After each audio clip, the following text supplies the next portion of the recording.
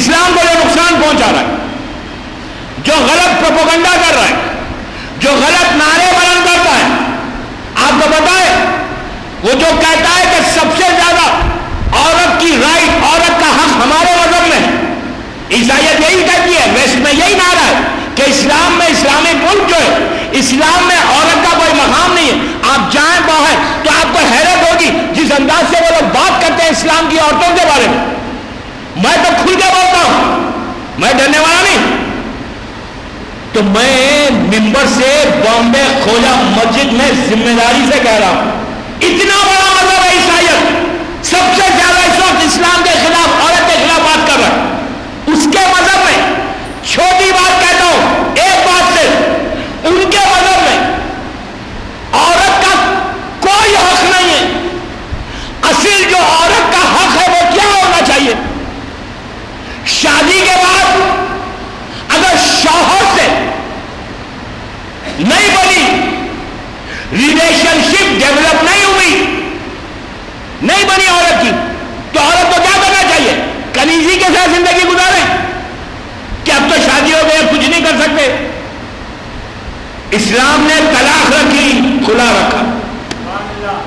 عیسائیت نے عورت کی شادی ہوئی ختم، اب اس کے بعد عورت کا کوئی حق نہیں ہے۔ تو میں نے وہاں پہ ایک بڑے سیمینار میں جہاں عیسائی لوگ ہوتے وقت تھے، میں نے کہا کہ بابا تم جو کہہ رہے ہو کہ اسلام میں عورت کا مقام نہیں ہے، عورت کا سٹیٹس نہیں ہے، میں نے کہا میں چھوٹی بات کہتا ہوں، اسلام میں عورت کا جو حق ہے، جو مقام ہے، وہ انشاءاللہ تیسری یا چوتھی یہاں کی مجلس میں بتاؤں گا کہ کتنا بڑا حق ہے عورت کا۔ اسلام نے عورت کو جو عزت دی وہ کسی مذہب نے نہیں دی۔ میں نے کہا تم کیا بات کرتے ہو؟ تمہارے مذہب میں، تمہارے ملک میں تم شادی کرنے کے بعد عورت انکنڈیشنل سرنڈر ہو جاتی ہے، محتاج ہو جاتی ہے، کنیزی میں چلے جاتی ہے، تمہارے پاس طلاق نہیں ہے، عورت کا کوئی رائٹ نہیں ہے۔ تم کیا عورت کی حق کی بات کرتے ہو؟ حق کی بات کرنا ہے تو یہ اسلام بھی دیکھو کہ اللہ نے عورت کو مقام دیا کہ اگر شوہر ظلم کرتا نہیں بنی تو الگ ہو جا، دوسری شادی کر لے، یہ عزت ہے۔ اسلام غلامی کے خلاف ہے، سمجھے؟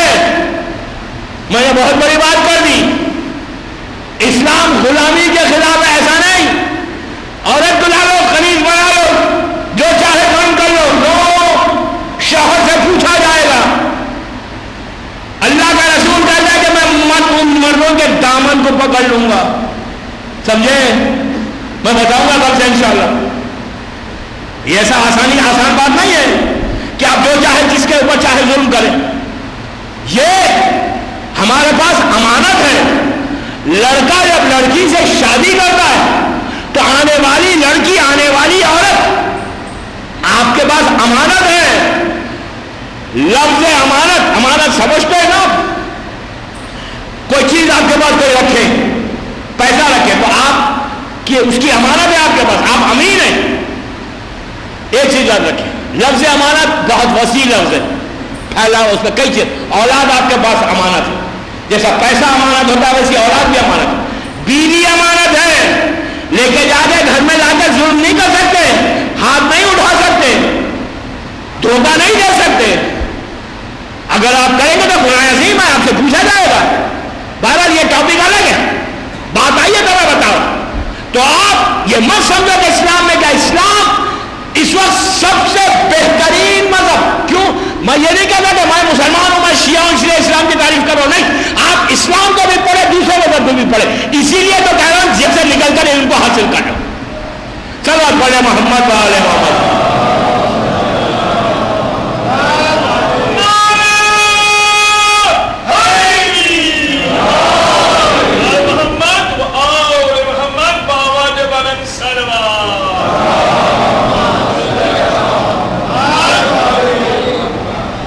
کل سے اس کی ڈیٹیل میں جاؤں گا، نیو یارک میں جو ہو رہا ہے امریکہ میں، وہ کل ڈیٹیل میں جاؤں گا۔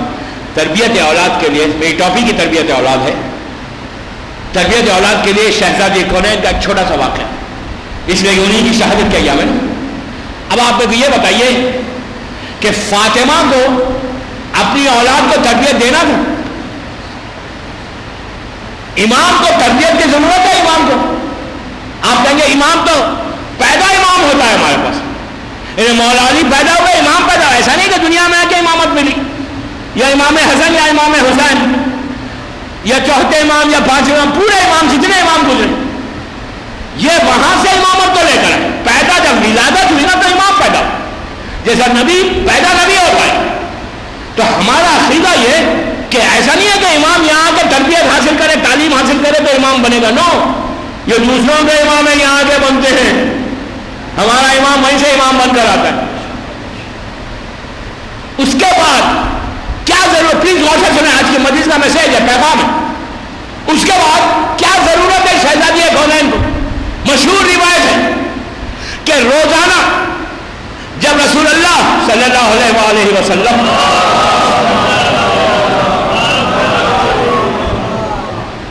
مسجد میں نماز فجر, پلیز غور سے سنیں, نماز فجر کے بعد رسول اللہ مسئلے بتاتے تھے. جیسے مولانا یہاں بتاتے ہیں ایک مسئلہ, اللہ ان کو سلامت رکھے, صحت کے ساتھ رکھے. مولانا کی عزت کرنا لازم ہے, یاد رکھیں. عبادتوں کی قبولیت ہے, ایسا نہیں کہ آپ مولوی کی عزت نہ کریں. میں یہاں نہیں رہتا معاملے میں یہ نہیں کرا میری عزت کرو. مولانا آپ کے پاس بابرکت ہے, ان کی عزت کرنا. اس لیے کہ جب آپ کسی مولوی کی عزت کریں گے تو پھر امام آئیں گے تو امام کی عزت کریں گے. اگر مولانا ہی کی مولوی کی عزت نہیں کریں گے اپنے پیش امام کی, تو پھر آپ امام کی کیا عزت کریں گے؟ اور جب آپ کسی کے پیچھے نماز پڑھتے ہیں تو اس کی عزت کرنا لازم ہے, ان کی غیبت کرنا حرام ہے. یوں ہی غیبت حرام ہے. پھر آپ نماز بھی ہم پڑھتے ہیں ان کے پیچھے, پھر باہر جا کے انہیں کے خلاف بات کرتے ہیں. کتنی افسوس کی بات نہیں ہے. میں بامبے کی بات نہیں کر رہا, میں دیکھا بات کر رہا. دنیا بھر میں یہ ہوتا ہے, پڑھتے ہیں نماز اس کے پیچھے, باہر نکل کرتے وہ ایسے ہیں. ارے تم نے نماز کیسے پڑھی بھائی؟ اگر وہ ویسے ہیں تو پھر صداقت گئی ان کی. میں کیا کہہ رہا ہوں, یہ بھی تربیت ہے اولاد میں. اولاد کو بتاؤ کہ ایسا نہیں ہے کہ مسجد میں جا کے مولوی کے پیچھے نماز پڑھ کے باہر نکل گیا ہمارے مولوی تو ایسا ہے.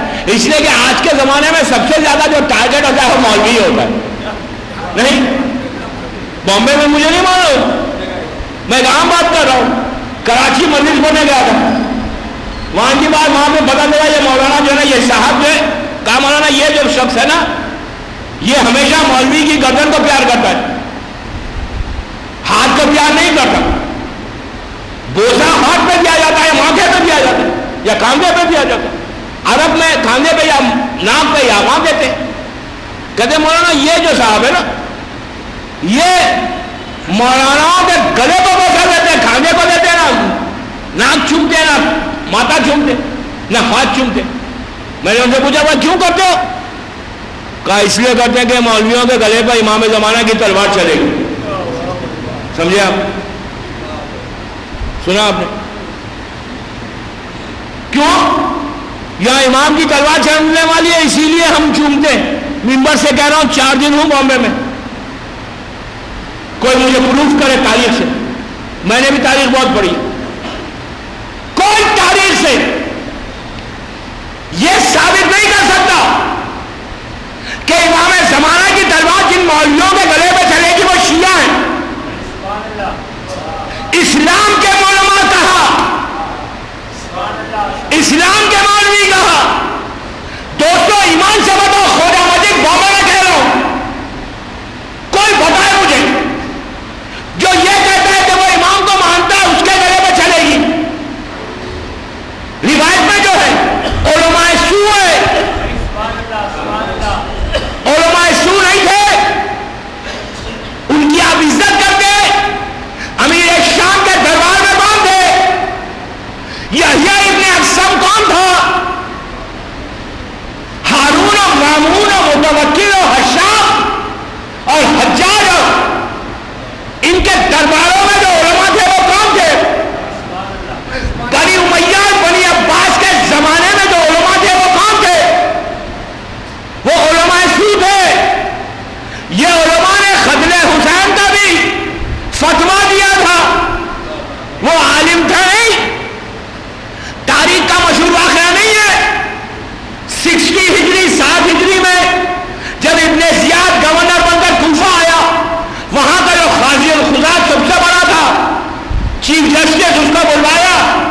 بلوا کے کہا کہ یہ فتویٰ دے دے کہ حسین کا قتل واجب ہے یزید حق پہ. اس نے کہا اس مولوی نے کہ میں جہنم میں جاؤں گا؟ نواسہ رسول کے قتل کا فتویٰ میں دوں؟ میں نہیں دے سکتا. ابن زیاد ان کے مزاج سے واقف تھا. کیا کیا اس نے؟ رات میں اشرفیوں کا ایک صندوق غلاموں کے ساتھ اس کے گھر بھیج دیا. یہ گھر میں بیٹھے ہوئے تھے, ناک ہوا, پوچھا کون؟ تو کہا ابن زیاد نے آپ کو تحفہ بھیجا ہے. کہا کیا بھیجا ہے؟ کہا اتنا سونا تو کہا اندر لا دو. اور ابن زیاد سے کہنا ہم کل آئیں گے صبح میں دربار میں. صبح میں دربار میں گئے اور جا کر دستخط کر دی. پیسہ پیسہ پیسہ مال. کیا کروں؟ وقت ہو گیا, کل بتاؤں گا. یہ جو پیسہ ہے نا دوستو, اولاد کو بگاڑ دے گا. تربیت اولاد میں یہ پیسہ کتنا نقصان بھی پہنچا سکتا ہے. کہ یہ علماء ہیں جو قتل حسین کا بھی فتویٰ دیا انہوں نے, تو کیا وہ علماء ہیں؟ ممبر سے کہہ رہا ہوں, میری پلیز بات کا جواب دیں. جن علماء کے گردن کے اوپر امام زمانہ کی تلوار چلے گی وہ کون ہے؟ آپ بتائیے دوستو, آپ بتائیے. جو آپ اس کو شیعہ کیسے مانیں گے؟ جو شخص امام زمانہ کا انکار کرے وہ شیعہ ہے؟ نہیں سمجھے؟ وہ علماء زمانے کے امام کا انکار کریں گے تو تلوار چلے گی. آپ ان کو شیعہ کہتے ہیں؟ ہمارے پاس 12 ماننا ہے, ایک کا انکار, سب کا انکار ہے. سمجھے؟ وہ شیعہ نہیں ہے. جو امام کے خلاف جائے وہ شیعہ ہے؟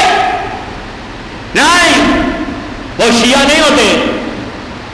جن علماء کے گردن پہ تلوار چلے گی وہ امام کے خلاف آواز بلند کریں گے, تو وہ جو امام کے خلاف آواز بلند کرے وہ شیعہ کیسے ہو سکتا ہے؟ نہیں, ایسا نہیں ہے. میں کیا کروں؟ میں علماء کی تعریف پڑھ کے بتا سکتا ہوں آپ کو کہ کیسی کیسی ہستیاں ہیں ہمارے پاس. یعقوب کلینی سے نیچے رحمت تک کہ جن کا وجود زمین پر رحمت بن کر گزرا, جن کا وجود زمانے کے امام کو مہان کر پہنچا ہے, جنہوں نے رحمت امام کے سب سے زیادہ امام زمانہ کی نصرت کی. ایسا نہیں ہے. میں انشاءاللہ ان تربیت کے اولاد کے واقعات میں شیخ عبداللہ بن دوسرے علماء کی باتیں آئیں گی تو بتاؤں گا آپ کو کہ کیا چیز ہے. تو اس کا بتاؤں گی بات بامبے کے یوتھ, بامبے کے نوجوانوں کو بات کر رہا ہوں. میں آخری بات آخری پیغام دے رہا ہوں کہ لوگوں یاد رکھو کہ تمہارا حق ہے, تم اسلام کو اپنے گھر میں ماں باپ اتنا اسلام کو بتا دے کہ تمہاری اولاد اگر دنیا کے کسی حصے میں جائے تو وہ کام کرے جن کے لیے کلمات کہتے ہیں کہ شیعتنا کونوا لنا بیننا. اے میرے شیعو, ہمارے لیے سینہ پر پہ زندگی گزارو. تم کو دیکھ کر لوگ کہتے ہیں کیا یہ ایسا ہے, یہ امام کے کہنے والا ایسا ہے, یہ امام کا پڑھنے والا ایسا ہے.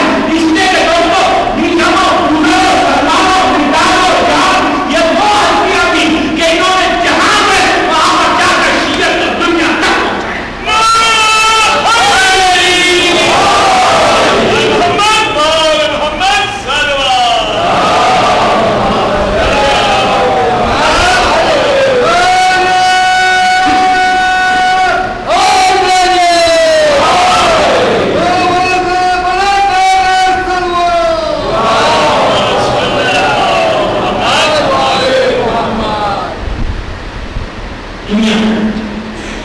بامبے کے ہر گھر میں شیعت پاک ہے. بچوں کی تربیت بہت امپورٹنٹ ہے. تربیت اولاد آج کے دور کی ضرورت.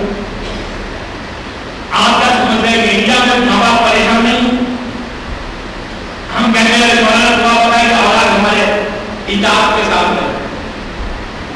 بامبے میں مسلسل فون تھا, بیٹا یہ پرابلم ہے, بیٹی یہ مسئلے میں. انشاءاللہ کل سے دعا بتاؤں ہر جگہ کوشش کرو. ہم 21ویں صدی میں ہیں, 21st سینچری میں. وہ زمانہ نیا پچھلا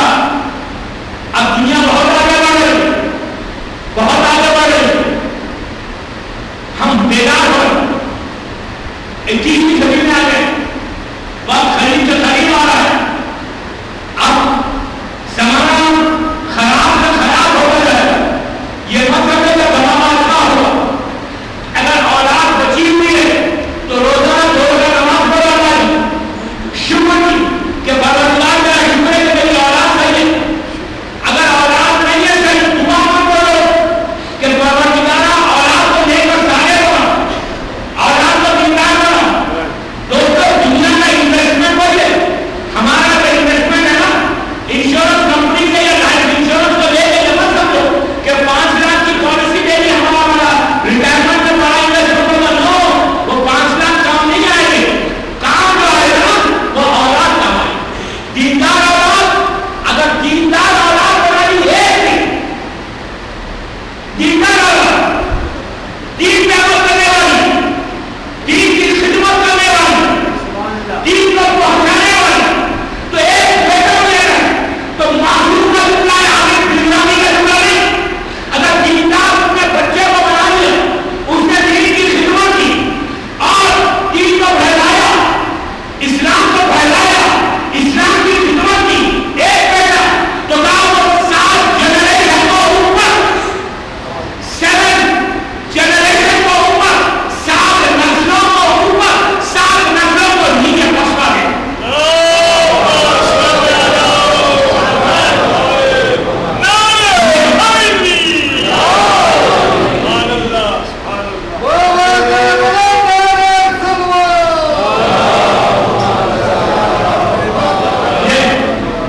کتنا کام کھانا ہے، یہ انویسٹمنٹ نہیں ہے، انشورنس پالیسی بھی انویسٹمنٹ ہے۔ تو یہ نہیں کہتا کہ آپ پالیسی مت ہے، ضرور ہے، اولاد کو صحیح کر، بس کیا کرو 50 منٹ ہو گئے، مجھے فوراً اس کے بعد بھاگنا مزید پڑھنا، اور مسافہ بھی نہیں کر سکتا، آپ لوگوں کو کروں گا ایسا، آج تو پہلی بار اس کی میں نے صرف سرخیاں بھی ہیڈلائنس کی، کل سے ڈیٹیل میں جاؤں گا اور جا کر انشاءاللہ کوشش کرتا ہے بامبے کے کوئی آمدنی کا جو یوتھ ہے، نوجوان جو ان تک بات پہنچ اور ماں باپ سے رہنمائی آئے، ان ماں کی آغوش میں جن کی آغوش میں بچے وہ میری بات اگر سنیں، اپنے بچوں کو ایسی تعلیم کریں کہ تمہارے بچے ہر رستے کھولیں اور کوئی نہیں، سمجھے دوستو؟ جو بات میں نے کی پھر کہہ رہا ہوں، ہیڈ لائنس کی کل اس کے ڈیٹیل میں آئے دکھاؤں گا، پھر فاطمہ کا امریکہ میں جو نوجوانوں کی حالت، یہ سب آج میں نے صرف چھیڑا ہے، اس کی تفصیل کل ہے۔ اولاد کی تربیت اتنی امپورٹنٹ ہے، اتنی اہم ہے، اگر تربیت امپورٹنٹ نہیں ہوتی نا، اہم نہیں ہوتی نا، ضروری نہیں ہوتی نا، تو کربلا میں شب عاشور حسین جب زینب کے خیمے میں رہے، شہزادی زینب کے بچے ہیں اور محمد علی کے نواسے ہیں، جعفر طیار کے پوتے، ان کو تربیت کی ضرورت ہے، شہزادی زینب کی بچے۔ امام حسین کہتے ہیں کہ میں اپنی بہن کے خیمے میں گیا تو میں نے دیکھا کہ کون محمد سامنے ہے اور جناب زینب مولا کائنات اور جعفر طیار کی جنگ کے واقعات سنا، بچوں کے بورڈ کو دور کر رہے، بچوں کو اسلام کی تربیت دے رہے، جنگ بتا رہے۔ امام حسین کہتے کہ میں نے دیکھا کہ چھوٹے چھوٹے بچوں نے آستینوں کو الٹ دیکھا، اماں پر اجازت دے بھائی اپنی بیٹی اندر میں، یہ ہے تربیت کتنی امپورٹنٹ۔ اور کل شب شہادت ہے شہزادی کی، تو کل پڑھنا بیوی کی شہادت، آج ثانیہ زہرا کی مصیبت، فاطمہ کی وہ بیٹی کہ جو ثانیہ زہرا پر دنیا میں ہے۔ عزیزوں، فاطمہ کی ثانی بن گئی لیکن زینب کا کوئی ثانی نہیں بنا۔ زینب کو ام المصائب کہتے ہیں۔ بیوی کی جب زیارت پڑھنا، اللہ ہم سب کو شام کی زیارت بھی نصیب ہو، جا کر شام میں دیکھو کہ جس شام میں زینب کے سر پہ چادر نہیں تھی شام میں بیٹا وسیع ہو گیا ہے، آج اسی شام میں علی کی بیٹی کی حکومت ہے، آج زینب شام میں حکومت کر رہی، عزیز اور کبھی شہزادی کی جانب کو جاتا ہے۔ آج کوئی عورت کسی مذہب سے اس کا تعلق ہو، زینبیہ جب جاتی ہے بیوی کے روضے میں تو وہ بغیر چادر اوڑھے داخل نہیں ہو سکتی، دروازے پر چادریں رکھی ہوئی عورتوں کی، جو عورت بغیر چادر کے آتی ہے خدام چادر دیتے ہیں، عزیز و کبھی کوئی چادر اوڑھتا ہے تو یہ احساس ہوتا ہے ارے یہ وہی شام تھا جہاں شکر تعارف کرا رہا تھا کہ حاضر ہی کرنا حاضر ہی حکم کردوں جس شام کے بارے میں پہنچے امام نے کہا جب پوچھا مولا سب سے زیادہ مصیبت کرو بنی تو کہا اشکار اشکار اشکار عزیز و علی نے کہا مولا بابا کربلا میں شہید ہوئے، علی اکبر کے سینے پہ بچی کربلا میں رہی، عباس کے شانے کربلا میں ڈالے گئے، لیکن آپ شام کو یاد کر رہے ہیں تو امام نے کہا تجھے کیا معلوم، ارے شام کو چلا ہے جب سات کو خوشی نشین تھے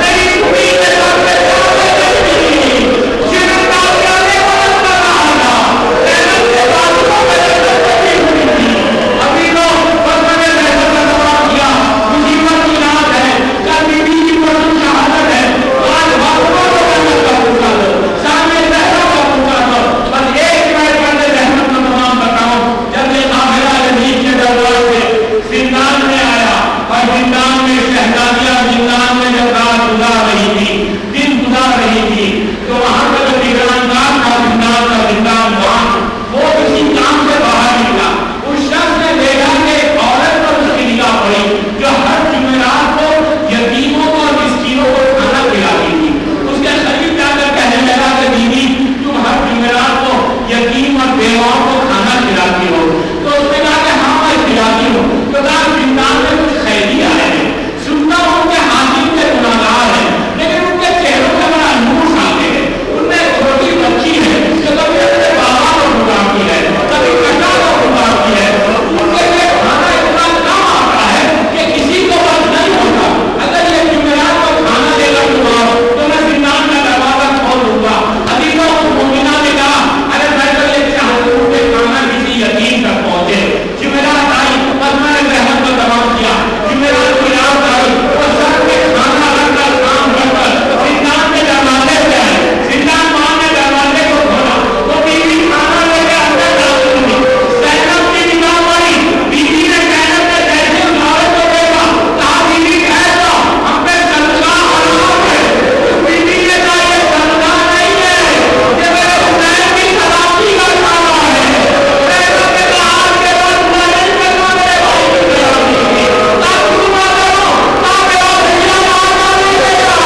ارے زینب کا دھرم کرنے گا، میرا حسین مارا نے جن کی وجہ سے زینب کی جان تک پہنچ گئی، ہمارے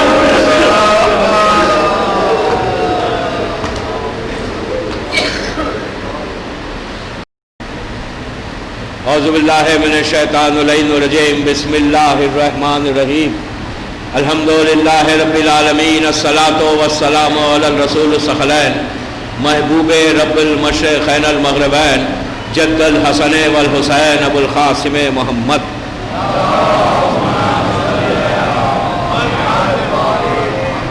وعلی اہل بیتہ الطیبین الطاہرین المعصومین المظلومین بسم اللہ الرحمن الرحیم یا ایھا الذین آمنوا قوا انفسکم واہلیکم نارا، صلوات پڑھے محمد وآل محمد۔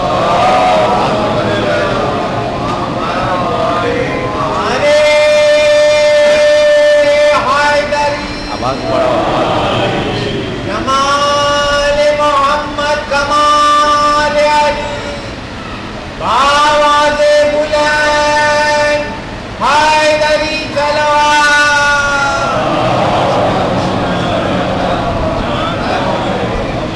اللہ تعالیٰ نے شہزادی کونین خوجہ مسجد بامبے کی یہ دوسری تقریر ہے تربیت اولاد کے عنوان میں کہ اولاد کی تربیت کیسی کی جائے۔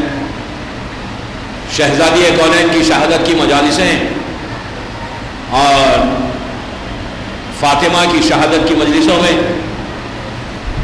کم از کم جب ہم آئے ہیں مجلسیں کرنے کے لیے تو یہاں سے پھر کچھ لے کے بھی جائیں اور مادر حسین کو خوش کریں. قرآن کی یہ آیت کل شروع ہوئی تھی کہ جس میں اللہ کہہ رہا ہے کہ اے صاحبان ایمان، اے علی کے چاہنے والوں. اس آیت میں جیسے میں نے کل کہا تھا کہ ڈائریکٹ آپ سے خطاب ہے، عام مسلمانوں سے ایڈریس نہیں کر رہا ہے اللہ، عام مسلمانوں سے بات نہیں کر رہا ہے، امام کے چاہنے والوں سے بات کر رہا ہے، شیعان علی سے بات ڈائریکٹ بات کر کے کہتا ہے کہ اے ایمان والوں، تم اپنے آپ کو بچا لو، پروٹیکٹ کر لو اور اپنی اولاد کو بچاؤ، اپنے بچوں کو بچاؤ. کس چیز سے بچاؤ؟ آگ سے بچاؤ، فائر سے بچاؤ. قرآن کی آیت ہے، کوئی حدیث نہیں ہے. آگ کا ذکر، بچانے کا ذکر اللہ کر رہا ہے کہ یا ایھا الذین آمنوا قوا انفسکم واہلیکم نارا، کہ اے صاحبان ایمان اپنے آپ کو بچا لو اور اپنی اولاد کو بچاؤ اس آگ سے کہ جس آگ میں انسان اور پتھر جلائے جائیں گے. کل اس آیت کا بارے میں نے کچھ کہا تھا، پھر معروضے کیے تھے، کچھ ریکویسٹ کیے تھے. یہ 4 دن کی اور مجالس ہے. تربیت اولاد کہ اولاد کا براٹ اپ، اولاد کو بڑا کیسے کرنا چاہیے، تربیت کیسے دینا چاہیے. کل کچھ باتیں میں نے بتائی تھی کہ یہ آج کے دور کی بڑی امپورٹنٹ چیز ہے. We are in 21st century, ہم 21ویں سینچری میں ہیں، 21ویں صدی میں ہم کو پچھلا دیکھنا نہیں، ہم کو آگے بڑھنا ہے. اور 21ویں صدی میں دنیا کے حالات بدلتے جا رہے ہیں. تو اگر ان حالات میں ہم اپنے بچوں کو پروٹیکٹ کر لیں، بچوں کو بچا لیں. بچانے کا مقصد یہ نہیں ہے کہ آپ ان کی زندگی بچا لو، زندگی تو بچانا ہے لیکن اصل چیز جو ان کو بچانا ہے وہ دین بچانا ہے، ایمان کو پروٹیکٹ کرنا ہے. اس لیے کہ دوستو آج سب سے زیادہ جو چیز سامنے ہے نا وہ ایمان کو خریدا جاتا ہے، ایمان بکتا ہے، بیچا جاتا ہے. آپ بامبے میں ہیں، آپ کو اندازہ نہیں ہے، مجھے یہاں کا پتہ نہیں کہ کیا حالات، لیکن دنیا بھر میں اس وقت میں ذمہ داری سے کہہ رہا ہوں، ریسپانسبلٹی سے کہہ رہا ہوں، اپنے جملوں کا، اپنے الفاظ کا، اپنے ورڈز کا میں ذمہ دار ہوں. آج دنیا میں جو سب سے زیادہ جس چیز کا خطرہ ہے، جو چیز روکی جا رہی ہے وہ شیعت ہے. یقین کریں میری بات پر، ہم سمجھ رہے ہیں کہ ہم بڑے آرام سے آپ بامبے میں شیعت کو پروپوگیٹ کر رہے ہیں، شیعت کو پھیلا رہے ہیں، فائن، بہت اچھی بات ہے. لیکن آپ کو اندازہ نہیں اس وقت دنیا کی جو سب سے بڑی طاقتیں ہیں، جو بگ پاورز ہیں، ان کا ایک ہی کام ہے، ان کا ایک ہی میسج ہے، ان کا ایک ہی مشن ہے، وہ یہ شیعت کو روکنا ہے. ان کو جو شیعت اس وقت دنیا میں پھیل رہی ہے، آپ کو پتا ہے کہ امریکہ کا جو بڑا سلوگن ہے، جو سب سے بڑا نعرہ ہے، نعرہ آپ جیسے نعرے لگاتے ہیں نا، وہاں پہ جو سب سے بڑا نعرہ ہے وہ کیا ہے؟ وہاں کے لوگ جو اس وقت پریشان ہیں وہ کیا ہے؟ سب سے بڑا سلوگن، سب سے بڑا نعرہ یہ ہے کہ وہ بتاتے ہیں کہ فاسٹسٹ ریلیجن از اسلام. ان کا نعرہ یہ کہ اس اسلام کو روکو اور اس اسلام میں جو شیعت ہے اس کو روکو. مادر حسین فاطمہ رسول کی بیٹی 18 سال کی زندگی میں ایک مکمل اور کمپلیٹ اسلام کو دنیا کے سامنے پیش کیا. شہزادی کونین کی سیرت دیکھیں باپ، میں نے جو کہا کہ اسلام پھیل رہا ہے، اس وقت دنیا میں تیزی سے اسلام پھیل رہا ہے، لیکن اس اسلام میں جو تیزی سے پھیل رہا ہے وہ شیعت ہے. اس شیعت کو روکنے کے لیے دنیا بھر میں بڑی بڑی طاقتیں یہ کوشش کر رہی ہیں کہ شیعت ختم ہو جائے. آخری زمانے کی علامتیں، آخری زمانے کے پریڈکشن جو ہے وہ یہی ہے کہ شیعت کو روکو، شیعت کو ختم کرو. آخری زمانے میں شیعت رہے گی، ایمان نہیں رہے گا. انسان رہے گا، ایمان رخصت ہو جائے گا. انسان موجود رہے گا، نام سے کہے گا. کل میں نے ایک بات کہی تھی کہ دیکھو دوستو، اسلام کا ڈریس پہن کر اپنے آپ کو مسلمان کہنا آسان ہے، ایمان کو روکنا مشکل ہے، بہت آسان ہے. آپ کہیں گے کیسے؟ میں بتاؤں آپ کو کہ اسلام کا لباس تو سبھی پہنے ہوئے ہیں، آج کے نہیں، رسول کے زمانے کے ہیں. اسلام کا لباس نہیں تھے، ڈریس اسلام کا نہیں تھا. پھر اگر نہیں تھا تو سورہ منافقون کیا ہے؟ سورہ ہے. یہ کون لوگ ہیں؟ رسول کے ساتھ اٹھتے تھے، رسول کے ساتھ بیٹھتے تھے، رسول اللہ کے دسترخوان پہ کھانا کھاتے تھے، رسول کے پیچھے نماز پڑھتے تھے، رسول کو 24 گھنٹے ان کی زیارت کرتے تھے. لیکن اسلام کا لباس تھا، چہرے پہ داڑھی تھی، نماز کے گٹھے تھے، ہاتھ میں تسبیح تھی، رسول کے ساتھ بیٹھتے ہیں، رسول کے دسترخوان پہ روٹی توڑتے ہیں. کون تھے یہ؟ لباس اسلام کا ہے، اندر کچھ نہیں تھا، اندر کچھ نہیں تھا. اسلام تھا ظاہری طور پر، ایمان ختم ہو چکا تھا. اس زمانے سے آج تک 1400 ایئرس سے اسی طرح کے لوگ دنیا میں ہیں کہ اسلام کا لباس پہنے ہوئے ہیں، اسلام کے ساتھ ہیں، نمازیں بھی روزے بھی. کربلا میں بھی تھے نہیں تھے؟ کربلا میں تو یہاں تک تھے کہ نماز کہتے تھے اور اپنے چہرے پر کپڑا ڈالے ہوئے تھے. لوگوں نے پوچھا یہ کپڑا کیوں ڈال دیا ہے؟ یزید کی فوج میں کہا کہ ہم حسین کو رسول کی آغوش میں دیکھ چکے ہیں، اب ہم حسین کے سامنے نہیں جا سکتے، دشمنی ہے. آپ دیکھیں کہ اسلام کیسا اسلام آ رہا ہے. تو آج کے دور میں بھی ایگزیکٹلی وہی ہے. شیعت ختم ہوگی. بی بی فاطمہ کی شہادت یا شہزادی کونین کا مقصد ہی ہے کہ شیعت کو پروٹیکٹ کرو، شیعت کو بچاؤ. میں بتاؤں کہ 18 سال میں اسلام پہ وقت آیا تو فاطمہ 2 مرتبہ گھر سے باہر نکلی، 2 times، 2 مرتبہ. ہم کتنی بار نکل رہے ہیں باہر؟ ہم اسلام کو بچانے کی کتنی کوشش کر رہے ہیں؟ رسول کی بیٹی جو مکمل پردے میں تھی، اسلام کو بچانے کے لیے 2 مرتبہ باہر آئی. تو اب protection of Islam, protection of Shariat, ایمان کو بچانا، اسلام کو بچانا کتنی اہم چیز ہے، کتنی امپورٹنٹ چیز ہے. ہم اگر یہ سمجھ کے بامبے میں زندگی گزار رہے ہیں کہ ہم اپنی عبادت دیکھ لیں، اپنی نمازیں دیکھ لیں، تو قرآن کی یہ آیت ہے کہ یا ایھا الذین آمنوا قوا انفسکم واہلیکم نارا. کیا ہے کہ تم اپنی عبادت سمجھ کر یہ مت سمجھو کہ تم بچ گئے، تم کو بھی اپنے آپ کو بھی بچانا ہے، اپنی اولاد کو بھی بچانا ہے. اولاد کو نہیں بچاؤ گے تو ہمیشہ کے لیے چلے جاؤ گے، ختم ہو جائے گے، آگ میں جلو گے. قرآن ہے، آگ میں جلو گے. اسلام کا پروٹیکشن لازم ہے. شہزادی نے 2 مرتبہ بی بی فاطمہ باہر آئی. پہلی مرتبہ اس وقت آئی کہ جب 3 دن یا 5 دن تک مسلسل عیسائی لوگ، کرسچنز، بڑے بڑے پادری، بڑے بڑے پریسٹ، پیسے والے آئے اور آ کر رسول سے باتیں کرنے لگے، گفتگو کرنے لگے. اور دوران گفتگو رسول ان کو اسلام سمجھا رہا ہے، ان کے اسلام سمجھ میں نہیں آتا. وہ کہتے ہیں کہ عیسیٰ رسول اللہ کا بیٹا ہے. رسول اللہ نے پوچھا کہ کیسے کہتے ہو بیٹا ہے؟ کہا کہ ان کے باپ ہی نہیں تھے اس لیے بیٹا ہے. وہ ان کے باپ نہیں ہے، معجزے سے پیدا ہوئے مریم سے، اس لیے وہ خدا کا بیٹا ہے. تو اللہ نے کہا کہ ان سے پوچھو کہ اگر عیسیٰ کے باپ نہیں تھے تو وہ خدا کا بیٹا ہے، تو آدم کے بارے میں کیا خیال ہے؟ آدم کی نہ ماں ہے نہ باپ ہے، وہ کیسے پیدا ہو گئے؟ اللہ کی بات رسول سمجھاتے رہے، سمجھ میں نہیں آیا ان کے، بحث کرتے رہے. ایک بات یاد رکھیں، پیسے والوں کا مزاج الگ ہوتا ہے. پیسے والے چاہتے ہیں کہ اپنے طریقے سے اسلام کو پیش کریں. پیسے والوں کا مزاج کیا ہے پتا ہے آپ کو؟ وہ لوگ، مجھے پتا نہیں بامبے میں کیا ہے، لیکن میں کویت کی بات کرتا ہوں، وہاں پیسہ بہت ہے لوگوں کے پاس، دینار ہے، اور ان کا مزاج ہی الگ ہے. ہر انسان کا ایک مزاج ہوتا ہے، ایک نیچر ہوتا ہے. پیسے کا مزاج الگ ہوتا ہے.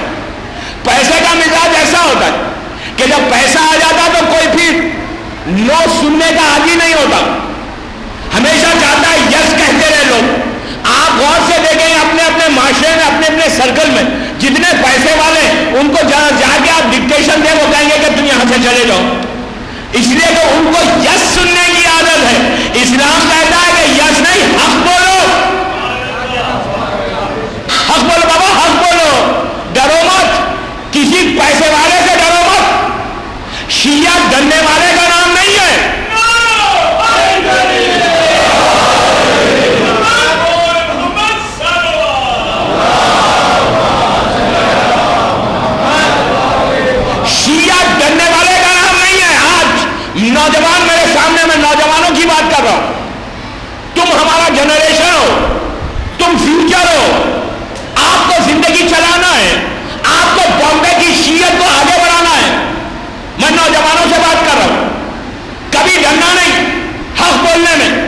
شہزادی کونین کا پیغام یہ ہے، میں بتاؤں گا بھی، فاطمہ کا میسج یہ ہے کہ حق بولنے میں ڈرو مت، اور شیعہ جو ہوتا وہ کبھی ڈرتا نہیں، اگر شیعہ ڈرنے والا ہوتا تو حکومتوں سے نہیں ٹکراتا۔ بتاؤں آپ کو بنی امیہ اور بنی عباس کی کیسی حکومتیں تھیں، کیسے پیسے والے تھے، لاکھوں کی تعداد میں فوج ہے، لیکن شیعہ جو ہوگا وہ حکومت سے بھی ٹکرائے گا۔ تیسرے خلیفہ کے زمانے میں جو لوگوں کے پیسوں پر غنی ہوئے، اپنا پیسہ خرچ کرے تو پتا چلتا ہے لوگوں کے پیسے پہ کیا غنی ہو گئے۔ کل دوپہر کی جو یہاں شہادت کی مجلس ہے نا، اس میں بی بی خدیجہ کے بارے میں پڑھوں گا، کل دوپہر میں نماز ظہرین کے بعد انشاءاللہ یہاں مجلس پڑھوں گا میں شہادت کی۔ تو غنی کیسے بنتے ہیں، پیسہ کیسے خرچ کیا جاتا ہے کل بتاؤں گا انشاءاللہ۔ بہرحال تو تیسرے خلیفہ کے دور میں شیعہ، آج کے 209 کا شیعہ نہیں، اس دور کے شیعہ کیسا تھا دیکھیں۔ آج تو صرف ہم ڈپلومیسی سے کام لیتے ہیں، آپ بھی اچھے آپ بھی اچھے۔ فاطمہ کہتی ہے کبھی ڈپلومیسی سے کام مت لو، جو حق ہے وہ حق بولو، جو باطل ہے وہ باطل بولو۔ یاد رکھیں، شیعت وہ نہیں ہے کہ آپ بڑے اچھے ہیں، آپ سے میں مرعوب ہو گیا، آپ نے مجھے فیور کیا تو میں نے کہا بھائی آپ تو بڑے میرے اوپر احسان کر رہے ہیں، فیور کر رہے ہیں، میں آپ کے سامنے زبان کیسے کھولوں گا۔ دوستو ان چیزوں کو چھوڑو، بھروسہ کرو حسین کی ماں پر، چھوڑو اس کو، ڈرو مت، خوف مت کھاؤ، ڈرنا ہے تو اس سے ڈرو، دنیا والوں سے کیا ڈرے۔ مادر حسین نے ظالم کے چہرے سے نقاب کو اٹھا، پہلی مرتبہ جب باہر آئی، عیسائی لوگ بحث کر رہے تھے پیسے والے رسول سے، رسول نے اسلام کو سمجھایا 5 دن یا 18 دن تک، ان کے سمجھ میں نہیں آیا۔ قرآن کی آیت آ گئی کہ میرے حبیب تم اپنے نفسوں کو لاؤ یا اپنے نفسوں کو لائیں گے، تم اپنے بچوں کو لاؤ یا اپنے بچوں کو، بیٹوں کو، وَأَبْنَانَا وَأَبْنَاءَكُمْ وَأَنفُسَنَا وَأَنفُسَكُمْ وَنِسَاءَنَا وَنِسَاءَكُمْ، تم اپنی عورتوں کو لاؤ یا اپنی عورتوں کو لائیں، دونوں مل کے ڈیبیٹ کرو، مباہلہ کرو اور جھوٹوں پہ لعنت کرو، جو جھوٹا ہوگا اس پہ میں عذاب نازل کر دوں گا۔ وہ تیار ہو گئے، مشہور واقعہ مبارکہ میں تو اس کی ڈیٹیل میں نہیں جاتا، جتنے عیسائی پادری تھے، پریسٹ تھے، فادرز تھے، پیسے والے، سب آ گئے، ادھر سے رسول چلے، مقام فاطمہ دیکھو، پہلی مرتبہ اسلام کو بچانے کے لیے مادر حسین باہر آئی۔ کیسے آئی؟ رسول اللہ آگے آگے تھے، ان کی گود میں امام حسین تھے، سب جانتے ہیں، انگلی پکڑے ہوئے حسن تھے، ان کے پیچھے فاطمہ تھی، ان کے پیچھے علی تھے۔ یہ چھوٹا سا کاروان، یہ چھوٹا سا قافلہ جب چلا تو آپ نے ایک چیز غور کی، یہاں پہ صیغہ اللہ کہہ رہا ہے میرے حبیب تم اپنی عورتوں کو لاؤ، وہ اپنی عورتوں کو لائیں گے، سنگلر نہیں ہے، ایک نہیں ہے، اللہ نے یہ نہیں کہا ایک عورت کو لاؤ، نسانا و نساکم، آیت کہہ رہی ہے نسانا و نساکم، تم اپنی عورتوں کو لاؤ، اور یہ واقعہ ہے 7 یا 8 ہجری کا، تو رسول کی وہ بڑی بڑی وی آئی پی وائف بھی تھی، نہیں تھی، میں نام نہیں لیتا ممبر سے، وی وی آئی پی وہ بیویاں تھی ان کی، رسول لے کے جا سکتے تھے، اللہ کے رسول نے کسی کو نہیں لیا، وہ وی آئی پیز کو چھوڑ کے فاطمہ کو لیا، جبکہ صیغہ جمع کر لے کے جا سکتے تھے، نہیں لیا۔ کیوں نہیں لیا؟ اس لیے نہیں لیا کہ اللہ نے کہا جھوٹوں پہ لعنت کرنا ہے، جو خاندان ہی جھوٹے ہو، چل بات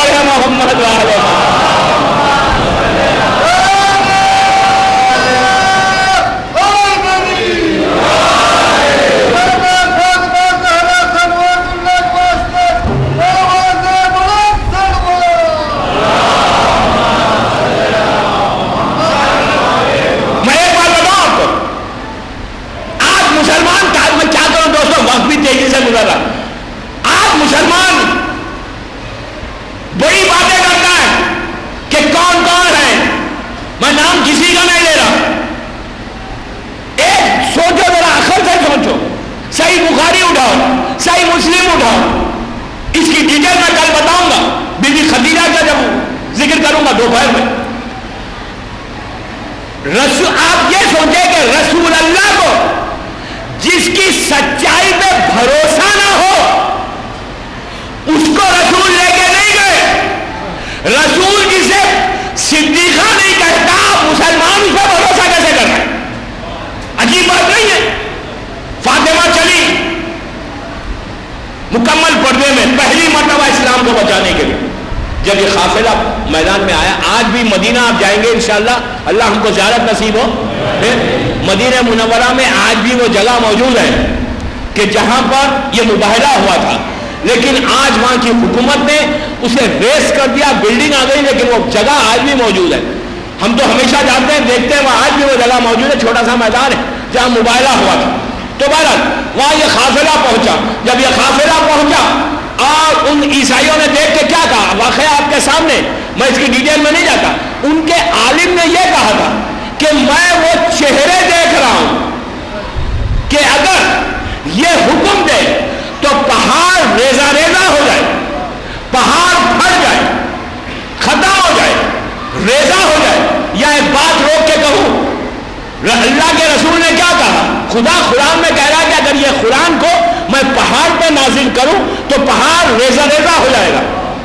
دشمن نے اہل بیت کو دیکھ کے کہا کہ ہم وہ چہرے دیکھ رہے ہیں کہ اگر یہ پہاڑ کو حکم دے تو پہاڑ ریزہ ریزہ ہو جائے۔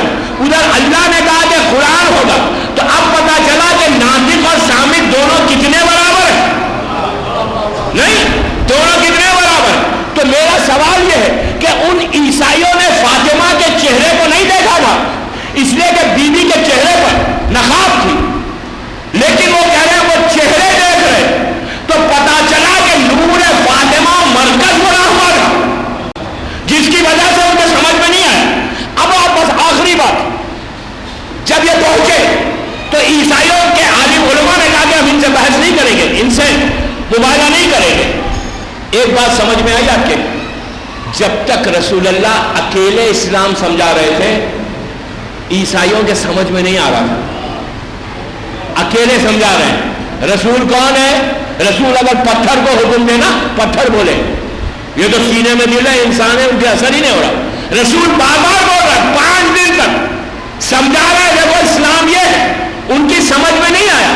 ان کی اسلام سمجھ میں کب آیا؟ جب رسول کے ساتھ اہل بیت کو دیکھا تو ایک بات سمجھ میں آ گئی، وہ عیسائی آج کے مسلمانوں سے بہتر ہے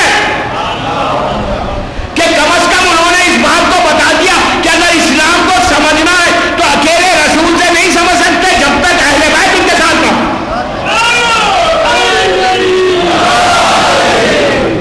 سب پڑھے آواز بول۔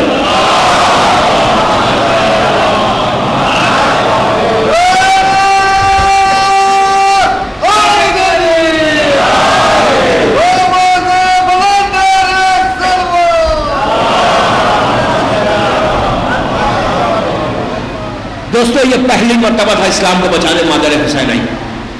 اب یہ پورا واقعہ تو آپ نے بچپنے سے سنا، آپ نے میسج کیا لیا، اس میں پیغام کیا لیا کہ ضرورت پڑے تو ہم کو ٹائم کو اسپیئر کرنا ہے، اسلام کو بچانے کی کوشش کرنا ہے۔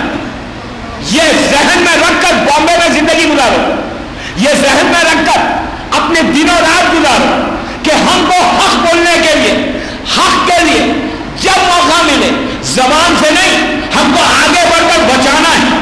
دوستو ایک چیز یاد رکھو، سیرت فاطمہ یہ ہے کہ اسلام پہ وقت آئے تو تم کو باہر نکلنا ہے، تم کو بچانا ہے۔ دوسری مرتبہ جو فاطمہ باہر آئی وہ فدق کا باغ، فدق کے لیے آئی۔ جب علی کا حق چھینا گیا، باغ فدق چھینا گیا، تو اس وقت مادر حسین باہر آئی، اور آئی آگے کیا کیا؟ ظالم کے چہرے سے نقاب کھول کر۔ یہ فدق کیا چیز ہے؟ کیا چیز تھی؟ خیبر کی جنگ کے بعد ایک بہت بڑا باغ تھا یہودیوں کا، یہودی اس وقت کے بڑے پیسے والے ہیں۔ آج بھی مدینے میں 170 کلومیٹرز کے بعد یہ خیبر کا قلعہ آج بھی موجود ہے، وہ دروازہ آج بھی موجود ہے جو مولا علی نے اکھاڑ کے پھینکا تھا۔ میں موقع ملا تو بتاؤں گا 4-5 حدیثوں تو بہرحال تو باغ فدق اس وقت کا سب سے بڑا باغ تھا، بہت پیسہ تھا اس میں، بہت پیسہ. آج بھی باغ فدق کا ایک چھوٹا سا حصہ مدینے میں موجود ہے. اللہ ہم کو زیارت نصیب کرے، آپ گئے تو دیکھے جا کر. تو بہرحال فدق کو لینے کے لیے فاطمہ رسول اللہ نے اپنی زندگی میں اس باغ کو بی بی فاطمہ کے حوالے کیا تھا. اس لیے کہ جب خیبر فتح ہوا، جب خیبر کی جنگ فتح ہوئی، جیتا اسلام، تو اس وقت خیبر کی جیت میں جو مال غنیمت ملا اس میں فدق بھی ملا تھا. تو رسول نے سونا اور چاندی اور جتنے دوسری چیزیں تھیں وہ مسلمانوں میں بانٹی. اللہ کا حکم آیا کہ اس باغ کو تم رکھو یا تمہارے جو سب سے زیادہ قریب ہے اسے دے دو. رسول نے اپنی زندگی میں باغ فاطمہ کے حوالے کیا، فاطمہ کے حوالے کر دیا تھا. اور رسول کی زندگی میں فاطمہ اس باغ کی مالک بن گئی تھی. شہزادی کونین کے نوکر وہاں پہ کام کرتے تھے. انہیں 3 سال تک رسول کی زندگی میں باغ فدق کے دینے کے بعد رسول اللہ 3 یا 4 سال زندہ رہے. میں آپ سے سوال کرتا ہوں، بامبے میں آپ کسی اپارٹمنٹ میں رہتے ہیں، آپ کے باپ کا اپارٹمنٹ، آپ کے بابا نے آپ کو یہ اپارٹمنٹ دے دیا، اپنی زندگی میں دے دیا، اور زندگی میں دینے کے بعد آپ اس پہ قبضہ آپ نے کر لیا، جیسے کہ باپ نے آپ کو گفٹ دیا تھا اور آپ اس کے مالک ہو گئے. باپ کے مرنے کے بعد کوئی آگے کہے گا یہاں سے جاؤ یہ تمہارا نہیں ہے. تو بات لاجک کی ہے. وہی ہوا، رسول کی آنکھ بند ہوئی. جب حق رسول چھینا گیا علی کا، یہ لوگ قابض بنے. پہلا کام انہوں نے کیا کیا؟ انہوں نے کام یہ کیا کہ باغ فدق پر حکومت کے لوگوں کو بھجوا دیا، اور بھجوا کے فاطمہ کے جو نوکر تھے ان سے کہا کہ باہر جاؤ. حکومت ہے، طاقت ہے، اقتدار ہے، قبضہ کر لیا. اسی لیے طاقت والوں سے ڈرو. کبھی اللہ طاقت دے تو اس کے ساتھ توفیق دے، ورنہ نہ دے. سمجھے؟ کبھی طاقت مت مانگو اللہ سے، قوت مت مانگو، مانگو تو بہت ہے ہم انصاف کریں، توفیق دے. جب فاطمہ کے لوگ آئے یہاں پر شہزادی کے، اور آ کر انہوں نے کہا کہ انہوں نے قبضہ کر لیا، ہمیں نکال دیا، تو فاطمہ دربار میں گئی. شہزادی کونین دربار میں آئی، مولا علی اور امام حسن امام حسین کو لے کر، اور آ کر خلیفہ اول کو چیلنج کیا. پوچھا گیا ہے فلاں ابن فلاں، تو نے اس باغ کو لیا کیسے؟ یہ تو میری ملکیت ہے. تو کہا ہم نے اس لیے لیا کہ آپ اس کے مالک نہیں تھی. پوچھا کہ تو کیسے کہہ سکتا؟ وہ تو بابا نے مجھے دیا تھا. پوچھا خلیفہ نے، اس کے کئی آرگومنٹس ہیں. خلیفہ اول نے کہا کہ آپ کے پاس ثبوت کیا ہے؟ آپ کے پاس ثبوت کیا ہے کہ باغ آپ کا ہے؟ فاطمہ نے ام ایمن ایک کنیز تھی اس کو پیش کیا، کہا یہ گواہی دیں گے. یہ ام ایمن کون تھی؟ جب ام ایمن آئی خلیفہ اول کے سامنے، میں جو یہ پڑھ رہا ہوں کتاب اپنی کتاب سے نہیں پڑھ رہا ہوں، میں تو صرف ایک واقعہ سنا رہا ہوں. اب اس کی ڈیٹیل میں بتاؤں گا. جو آرگومنٹ ہوا خلیفہ اول سے اور فاطمہ سے، وہ آرگومنٹ بتا رہا ہوں میں آپ کو. فاطمہ نے ام ایمن کو پیش کیا. ام ایمن خلیفہ اول کے سامنے دربار میں آئی، یہ عورت، اور آگے کہا کہ خلیفہ اول، میں نام نہیں لیتا، تجھے معلوم ہے کہ رسول اللہ نے میرے لیے کیا کہا تھا؟ اس نے کہا کیا کہا تھا؟ ام ایمن نے کہا رسول نے میرے لیے یہ نہیں کہا تھا کہ میں جنتی عورت ہوں. خلیفہ اول نے ایکسپٹ کیا، کہا کہ یس، میرے سامنے کہا تھا کہ تم جنتی ہو. تو کہا کہ جنت میں کوئی جھوٹا جائے گا؟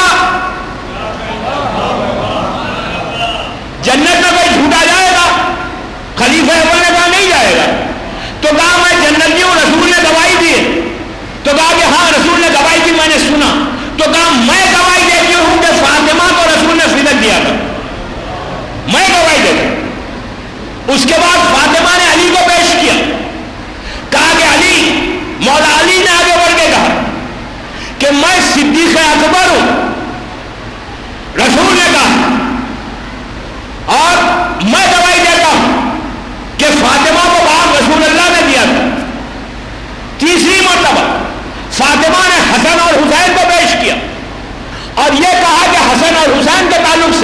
رسول نے کیا کہا کہ والحسن والحسین سیدہ شباب اہل جنت، کہ حسن اور حسین جنت کے جوانوں کے سردار.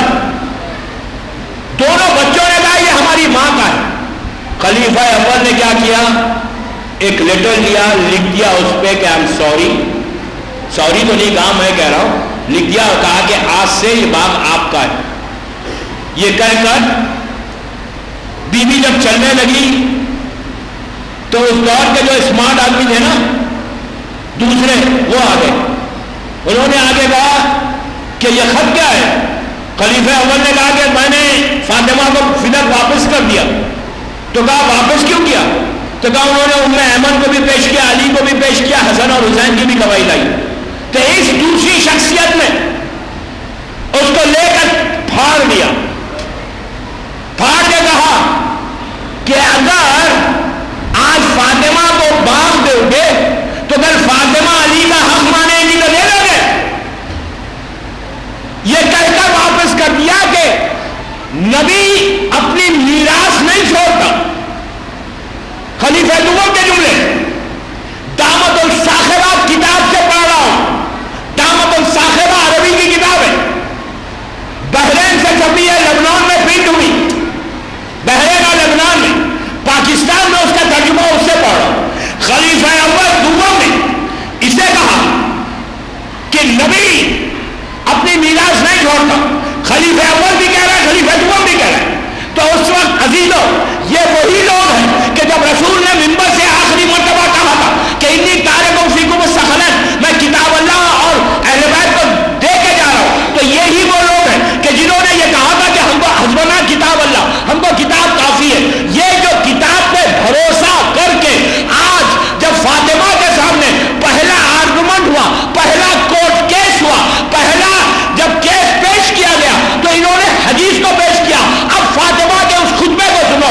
فاطمہ نے رسول کی بیٹی نے بھرے ہوئے دربار میں خلیفہ اول اور خلیفہ دوم کو چیلنج کر کے کہا کہ سنو کہ تم نے کہا تھا حسبنا کتاب اللہ، تم کہتے ہو کہ نبی اپنا وارث نہیں چھوڑتا، تو پھر تم آدم کے بارے میں کیا کہو گے؟ یعقوب کے بارے میں کیا کہو گے کہ یعقوب کی دعا ہے کہ پروردگارہ مجھے میرا وارث عطا کر. یحییٰ کی دعا ہے کہ پروردگار تم میرا وارث عطا کر. کہا کہ قرآن کہہ رہا ہے کہ ہر نبی نے اپنے وارث کو مانا، اور جب پورے نبی مان سکتے ہیں جو سردار انبیاء ہو وہ اپنے وارث کو کیسے نہیں چھوڑے گا؟ جب فاطمہ نے آرگومنٹ کیا اور اس کے بعد رسول کی بیٹی کا وہ جملہ کہ میں تم سے ناراض جا رہی ہوں اور روز محشر اللہ کی بارگاہ میں فریاد کروں گی. عزیزو اس کے بعد تاریخ سے کوئی بتائے کہ فاطمہ 75 دن زندہ رہی لیکن ایک دن بھی ان کے سلام کا جواب نہیں دیا. سلام کا جواب اس کو نہیں دیا جاتا جو اسلام پہ نہیں رہتا. بات کرو محمد والے محمد.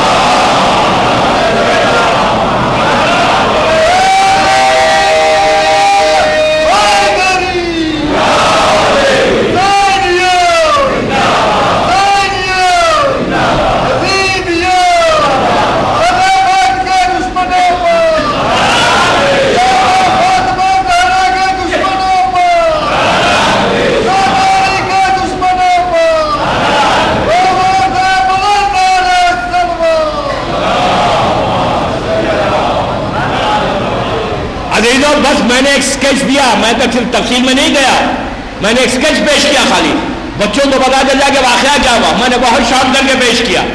اب حق فاطمہ چھینا گیا. میرا سوال آپ سے یہ ہے، پلیز غور سے سنیں، کہ جب فاطمہ کا حق چھینا گیا کیا اس وقت مدینے میں کوئی شیعہ نہیں تھے؟ کوئی مولا کا کلمہ پڑھنے والے نہیں تھے؟ کیا فاطمہ کے چاہنے والے نہیں تھے مدینے میں؟ شیعوں کے سامنے حق چھین لیا گیا. شیعوں کے سامنے فاطمہ کے دروازے پہ آگ لگا دی گئی. امام کے چاہنے والوں کے سامنے علی کے گلے میں رومال ڈال دی گئی. نہیں تھے شیعہ؟ تھے، موجود تھے، چند تھے، تھوڑے سے تھے، سب بک چکے تھے، سب ڈر گئے تھے. آج میری آخری بات، میرا پورا میسج ہے میری 1 گھنٹے کی تقریر کا، کہ ہونا کیا چاہیے. عزیزو انصاف سے بتاؤ، آج بامبے مرجع آ جائے, آغا سیستانی آ جائیں, آغا بہجت آ جائیں, رہبر آ جائیں, اور خدا نخواستہ بامبے میں آغا سیستانی کے ساتھ توہین ہو, تو بامبے کے مومنین کیا کریں گے؟ خاموش بیٹھ جائیں گے؟ آپ کیا کریں؟ آپ ان کو پروٹیکشن نہیں دیں گے؟ مرجع کو, اپنے مرجع کو پروٹیکشن نہیں دیں گے؟ سب مل کر پروٹیکشن دیں گے نا. اگر آغا سیستانی کے اوپر یا آغا بہجت یا رہبر کے اوپر کوئی ظلم کرے آ کے, تو ہم نے ابھی تک آغا سیستانی کو دیکھا بھی نہیں. مثال دے رہا ہوں, آغا بہجت سے ملاقات نہیں کی, لیکن صرف یہ عقیدہ کہ یہ ہمارا مرجع ہے, ہم اس کی تخلیق کرتے, اس کے اوپر کوئی آنچ آ جائے تو ہم برداشت نہیں کر سکتے. میرا سوال ہے, 1400 سال کے بعد, 1400 ایئرس کے بعد, آج شیعت کم از کم اپنے مرجع کو پروٹیکٹ کرے گی, لیکن کہاں تھے وہ مدینے کے شیعہ جن کے سامنے فاطمہ کے دروازے پہ آگ لگائی گئی؟ تو میرا سوال ہے, بی بی کا واسطہ دے کر نوجوانوں سے کہتا ہوں, بچوں سے کہتا ہوں کہ میرے بھائیوں, میری بہنوں, جو میری آواز سن رہے, کہ پلیز شیعہ ایسے مت بنو, ویسے ماننے والے مت بنو کہ تمہاری آنکھوں کے سامنے مادر حسین کا حق چھینا گیا اور تم خاموش بیٹھ گئے. ویسے کبھی نہیں بنو. زبان کی نوک سے علی ولی اللہ مت کہو, دل کی گہرائی سے کہو.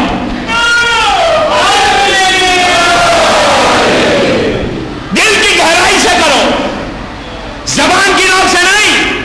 اسی لیے ایسے لوگوں کے اوپر زیارت وارثہ میں فاطمہ کے بیٹے نے لعنت کہی. آپ کو پتا ہے کہ سن کے خاموش بیٹھنے والوں میں بھی لعنت ہے. اپنی جانوں کو بچا کر گھروں میں بیٹھ گئے, حق علی چھینا گیا.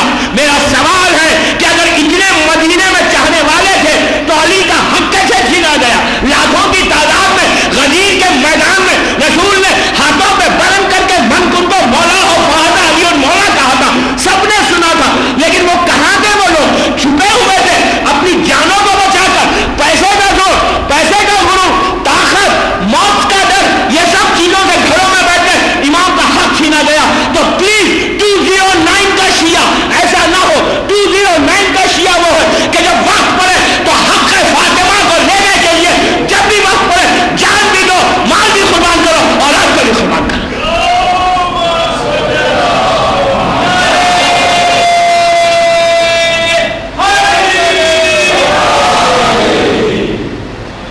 ایک بار پڑھنے بابا سے بولو. کل دوپہر میں اس کو کنٹینیو کروں گا کہ شیعہ ہونا کیسے چاہیے. اولاد کو ایسے تیار کرو کہ اسلام پہ وقت آئے, شیعت پہ وقت آئے, جو آگے بڑھے. زبان سے نہیں.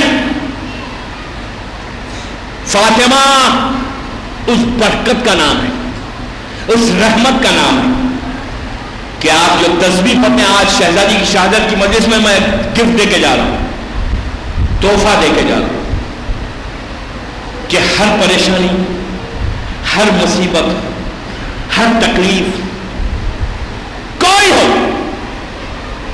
کیسی بھی حاجت ہو, چھوٹا سا ایک ہمارے بیوی کا, وہ ضرور کرو.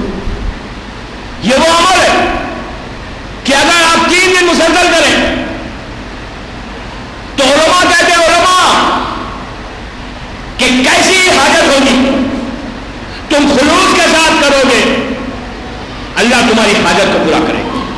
اور آپ کو میں بتاؤں, یہ وہ عمل ہے پورے معصومین کے واسطوں میں سب سے بڑا واسطہ فاطمہ کا اللہ کی بات ہے, شہزادی کونین کا واسطہ. 3 دن عمل کریں, 2 رکعت حاجت کی نماز پڑھ کر. لڑکی کی شادی نہیں ہو رہی ہے, پرابلمز ہیں, قرضے میں ڈوبے ہوئے, رزق کی پریشانی ہے, جاب نہیں ہے, کوئی پرابلم ہے, بچے ایگزامینیشن میں پاس ہونا چاہتے ہیں, 510 ٹائمز, 510 مرتبہ پہلے 2 رکعت نماز حاجت کی فاطمہ سے پڑھیں اور اس کے بعد یہ عمل کریں. 100 مرتبہ تسبیح زہرا پڑھنے کے بعد، تسبیح زہرا کے بارے میں کل بتاؤں گا دوپہر کی مجلس میں کہ تسبیح زہرا جو ابھی مولانا زور سے پڑھا رہے نا 34 مرتبہ اللہ اکبر الحمدللہ سبحان اللہ، یہ کیا ہے؟ یہ ایک میراکل ہے، معجزہ ہے، معجزہ. خالی بیٹھ کر اللہ اکبر اللہ اکبر اللہ اکبر نہیں کرنا ہے، خالی بیٹھ کر الحمدللہ الحمدللہ نہیں کرنا ہے. یہ ایسے کرو، کل دوپہر کی جو مجلس ہے ظہر کے بعد اس میں بتاؤں گا کہ اللہ اکبر کہنے سے کیا ہوتا ہے، کیسے پردے کھلتے ہیں، الحمدللہ کہنے سے کیسے سکون ملتا ہے، سبحان اللہ کہنے سے کیسے بلند ہوتا ہے، اوپر جاتا ہے انسان. کل دوپہر کی مجلس میں کل ایک اعلان کے لیے مجھ سے کہا گیا کہ کل 11 بجے میں خیسر باغ میں خواتین کی مجلس ہے، اس سے میں خطاب کروں گا. خواتین سے میں اکیلے خطاب نہیں کروں گا، سامنے کچھ مردانہ رہے گا، سمجھے؟ 11:30 بجے خیسر باغ نماز ظہرین کے بعد یہاں پر مجلس پڑھوں گا. 3:30 بجے خراسان میں پڑھوں گا، پھر خواتین کی مجلس. 5 بجے آرام باغ میں مجھ سے کہا گیا اعلان کر دو، اس لیے کر رہا ہوں. 5 بجے آرام باغ میں پڑھوں گا، پھر مغرب کے بعد یہاں کے بعد باندرا اور باندرا کے بعد ساکینہ کا. یہ تو میرا پروگرام ہے. بامبے میں وقت نہیں ملتا، اللہ مومنین بامبے کو سلامت رکھے. لیکن میرا مقصد یہ بھائی، میرا مقصد یہ ہے کہ کچھ کرو. خالی سن کے کھوجا مسجد سے واپس مت جاؤ. جہاں بھی آپ مجھے سنیں، جب بھی میرے سی ڈی سنیں، کچھ لو، کچھ کرو عمل. یہ عمل کرو، آج کی رات سے شروع کرو، 3 دن کرو. ممبر سے کہہ رہا ہوں 4 دن بامبے میں آ رہا ہوں، تھرسڈے تک. کوئی کرے اور اسے نہ ملے تو مانگنے میں کوتاہی ہے، عطائے فاطمہ میں نہیں. سمجھے؟ تمہارے خلوص میں کوتاہی ہے، کرم فاطمہ میں نہیں. مانگنے کا طریقہ تمہیں نہیں آیا، اس سے مانگ نہیں سکے برابر. کرو، اور مانگنے سے پہلے استغفار کرو. مانگنے سے پہلے اپنے گناہوں کو یاد کرو. یہ ایکسپٹ کرو کہ تم گناہگار ہو. یہ مت سمجھو کہ تم گناہگار نہیں. بچہ ہو، بوڑھا ہو، عورت ہو، مرد ہو، لڑکی ہو، لڑکا ہو، کوئی ہو، سب سے پہلے ایکسپٹنس ہے. سب سے پہلے اپنے گناہ کو تسلیم کرنا ہے. تم اگر یہ گناہ نہیں ہوتا تو دعائے کمیل میں مولا کائنات کا وہ جملے کو یاد کرو. تم سمجھ لو، ہم سمجھتے ہیں کہ ہم گناہگار نہیں ہیں، ہم نے کبھی کوئی گناہ نہیں کیا. مولا علی کے جملے، عابد بلگرامی کے جملے نہیں. مولا علی دعائے کمیل میں کہتے ہیں کہ پروردگار، میرے پروردگار، ان گناہوں کو معاف کر دے، ان گناہوں کو معاف کر دے جس کا مجھے علم نہیں ہے. علی کا جملہ ہے. دعائے کمیل گجراتی میں پڑھو، اردو میں پڑھو، انگلش میں پڑھو. بات میں بات نکل رہی ہے، میرا وقت تیزی سے گزر رہا ہے، مجھے 10 بجے باندھنا پڑنا ہے. اپنی زبان میں پڑھو. پڑھنے کے بعد جب اپنی زبان میں تم پڑھو گے تو پھر اندازہ ہوگا کہ مولا علی کہہ کیا رہے ہیں. تو یہ عمل کرنے سے میں کیا کروں دوستوں، بات میں بتا رہی ہے. میں اس کی ڈیٹیل دعائے کمیل یا دعا کی تفسیر بتاؤں گا دوپہر میں، یا خبرستان میں، یا فکر شام کی مجلس میں. بہرحال گناہ کو ایکسپٹ کرو. 14 مرتبہ سلوات پڑھو، 14 ٹائمز. 100 ٹائمز سجدے میں جا کے یا مولا کی یا فاطمہ اغثنی کہو. پھر سجدہ کو، تربے کو اٹھا کر رائٹ رخسارے پہ رکھو، رکھ کے کہو یا مولا کی یا فاطمہ اغثنی. پھر 100 مرتبہ سجدے میں جا کے کہو. پھر لیفٹ رخسار پہ رکھ کر سجدے کا کہو یا مولا کی یا فاطمہ اغثنی 400 ٹائمز. پھر 110 ٹائمز سجدہ کرو، 510 ٹائمز. 14 سلوات پہلے، 14 سلوات بعد میں. 15 یا 20 منٹ کا عمل ہے. شہزادی کی شہادت کی مجلس ہے. ممبر سے کہہ رہا ہوں، مسجد میں کہہ رہا ہوں، اگر یہ عمل کریں خلوص کے ساتھ، مادر حسین کی بارگاہ میں دعا کرو. مادر حسین کو حسین کا واسطہ دو، اور تو بی بی آپ دیں. پہاڑ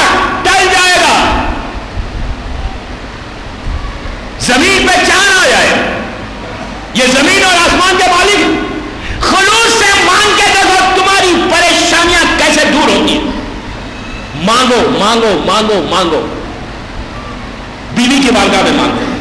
کل دوپہر کی مجلس میں تسبیح کی جو برکت ہے اور دوسری جو فاطمہ کی دعائیں وہ بتاؤں گا انشاءاللہ 9 بجے یہیں پر. تو بہرحال دوستو، پوری 1 گھنٹے کی تقریر کا میسج یہ ہے کہ شہزادی کونین کی زندگی کا پیغام یہ ہے کہ مادر حسین نے یہی کہا کہ فدق کا پیغام یہ ہے کہ چند درختوں کے لیے، چند جھاڑوں کے لیے فاطمہ دربار میں نہیں گئی تھی. کوئی یہ نہ سمجھے کہ فاطمہ دربار میں کھجور کے درختوں کے لیے گئی تھی. نہیں، فاطمہ اس لیے گئی تھی کہ ظالم کے چہرے سے نقاب کو الٹنا تھا اور الٹ کے آئی. یہی میسج ہمارے لیے ہے کہ بامبے میں نارمل طریقے سے زندگی گزارنے کی کوشش مت کرو. اگر یہ چاہتے ہو کہ شہزادی کونین کی خوشی ملے، شہزادی کونین کی رضا ملے، تو جب وقت پڑے اسلام پر تم اپنی زندگی کو آگے بڑھا کر پیش کر کے پیس کے ساتھ، امن و امان کے ساتھ تم دنیا کو بتاؤ کہ حق فاطمہ کیا ہے، ظالم کون ہے اور مظلوم کون. یہ حق ہے بابا، حق ہے. ورنہ ان ظالموں کے لسٹ میں کہیں ہمارا نام نہ آ جائے.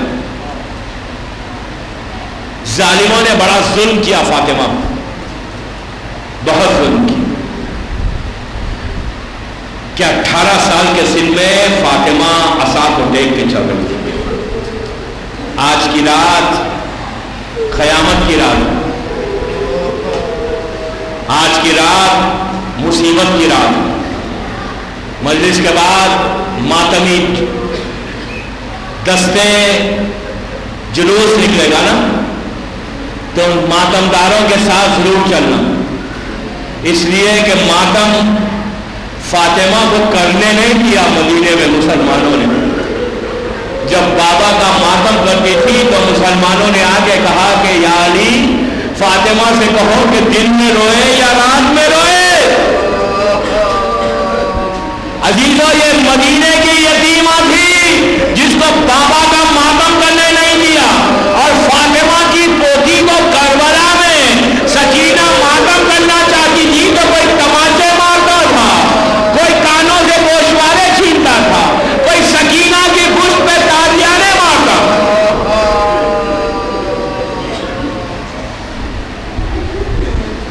شہزادی کی بہت بڑی مصیبت ہے. مادر حسین وہ مظلوم بیوی ہے کہ جس پر اتنا ظلم ہوا کہ 18 سال کے سن میں دیوار کا سہارا لے کے فاطمہ چل رہی تھی. جس دروازے پہ رسول سلام کرتے تھے اس دروازے پہ لکڑیوں کو لا کے رکھا گیا. اندر سے فاطمہ نے کہا کہ اے ظالم، میں اندر رسول کی بیٹی اور میرے بچے ہیں، تو کہا ہوا کرے. عزیزو، اس طرح آگ لگائی کہ جب دروازہ جلا، فاطمہ پیچھے تھی، وہ دروازہ جلتا ہوا دروازہ فاطمہ کی اوپر گرا، جسے پھسلیاں ٹوٹ گئی. محسن کی شہادت ہو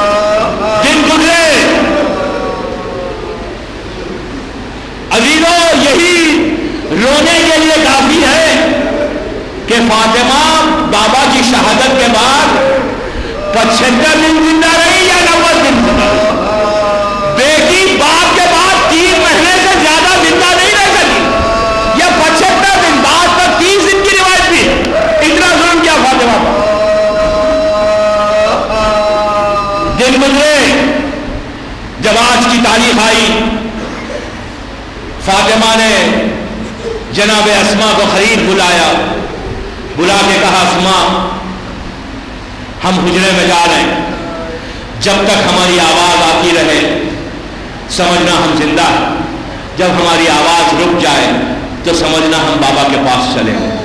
لیکن اسما جب میرے بچے آئیں پہلے انہیں کھانا کھلانا پھر میری موت کی خبر دے، یہ کہہ کر فاطمہ حجرے میں گئی، حجرے میں جا کر تسبیح پڑھتی رہی، کچھ دیر کے بعد آواز رکی، اسما سمجھ گئی کہ فاطمہ بابا کے پاس چلی گئی، حسن اور حسین گھر میں داخل ہوئے، اسما نے دسترخوان بچھا دیا اور ہاتھوں کو جوڑ کے کہا بچوں کھانا حاضر ہے کھا لو۔ عزیزوں حسن خاموش بیٹھ گئے، حسین نے کھانے کو دیکھا، اسما کے چہرے کو دیکھا، دیکھ کر کہا اسما کبھی تو نے دیکھا ہے کہ ہم نے ماں کے بغیر کھانا کھایا؟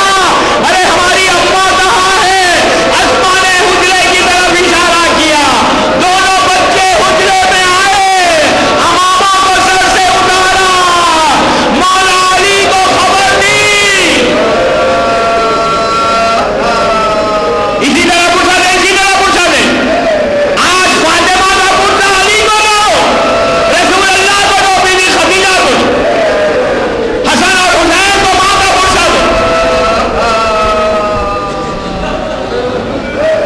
وقت گزرا، مولا علی آئے، سر سے امامہ اتارا، بس آخری بات، بیوی کو غسل دیا، کفن پہنایا، میت تیار ہو گئی، فاطمہ نے وصیت کی تھی کہ ابو الحسن میری میت کو رات کے اندھیرے میں اٹھانا، ابو الحسن میری میت کو اس طرح بند کرنا، پردے کا کتنا خیال تھا۔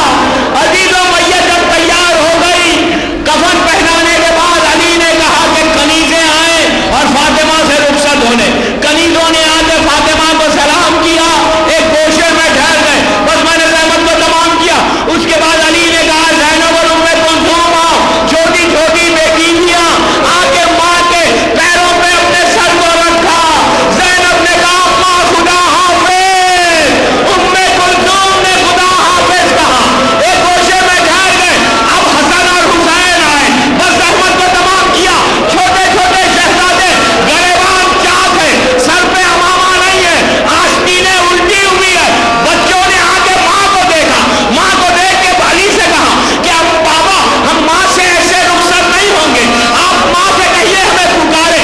علی خاموش بیٹھ گئے، عزیزوں حسن پینتی چلے گئے، حسین فاطمہ کے چہرے کے سامنے آئے، آ کے ایک جملہ کہا کہ اماں تیرا حسین آیا، اماں تیرا حسین آیا ہے، پھر کہا اماں آج جواب دو اماں ورنہ حسین روئے گا، آنکھوں میں آنسو، فاطمہ کے بندے کفن کھل گئے، حسین کو سینے سے لگا لیا، یہی فاطمہ کربلا میں فریاد کر رہی تھی، حسین سجدے میں ہے، شمر خنجر چلا رہا ہے، فاطمہ فریاد کر رہی ہے کہ پروردگار میرا بھول جل گیا، میرے بچے۔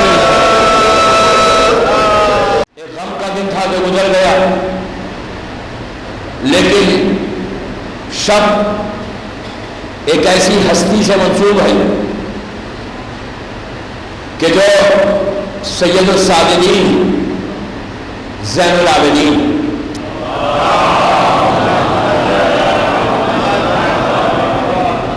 میں نے جس آیت مبارک کی تلاوت کی،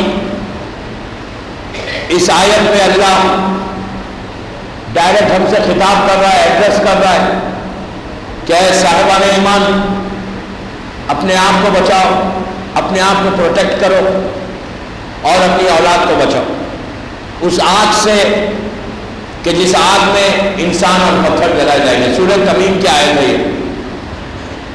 اسی آیت کے ذہن میں 2 دن سے میں تربیت کے بارے میں کچھ معلومات کر رہا ہوں، اور لیکن آج کی تقریر تربیت ہی ہوگی امام زین العابدین کے ارشادات پر، اس لیے کہ آج کی رات اس امام سے منسوب ہے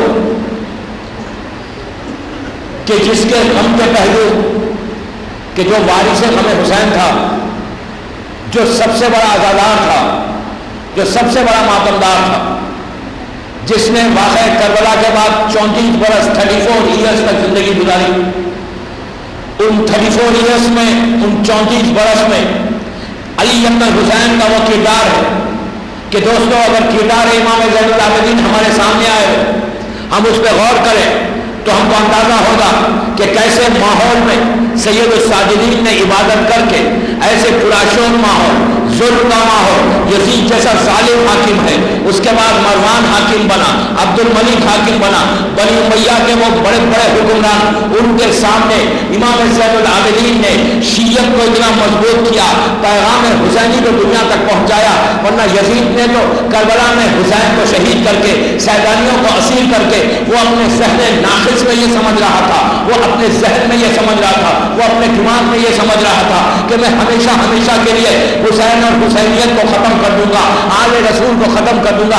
لیکن یہ سید الساجدین کا کردار ہے، یہ امام زین العابدین کا کردار ہے کہ ماحول کو دیکھ کر، معاشرے کو دیکھ کر، زمانے کو دیکھ کر، کہ جب کہ ماحول ظلم کا ماحول ہے، یزید جیسا ظالم، اس کے بعد مروان، پھر عبد الملک، یہ لوگ جب ظلم کرنے لگے تو امام کو شیعت کو بچانا تھا، امام کو پیغام حسینی کو بچانا تھا. تو امام بچائے کیسے؟ تلوار لے کر آگے میدان میں نہیں آنا تھا.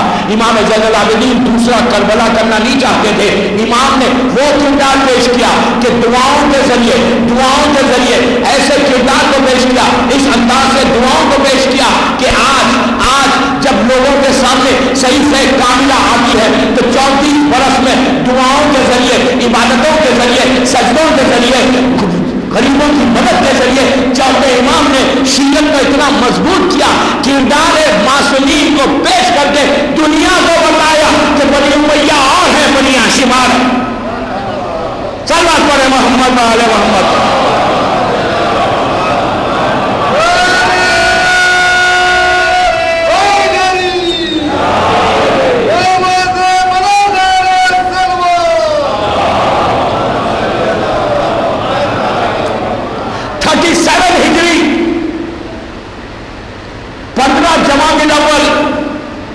جمعے کا دن مدینہ منورہ میں علی ابن الحسین کی ولادت ہوئی.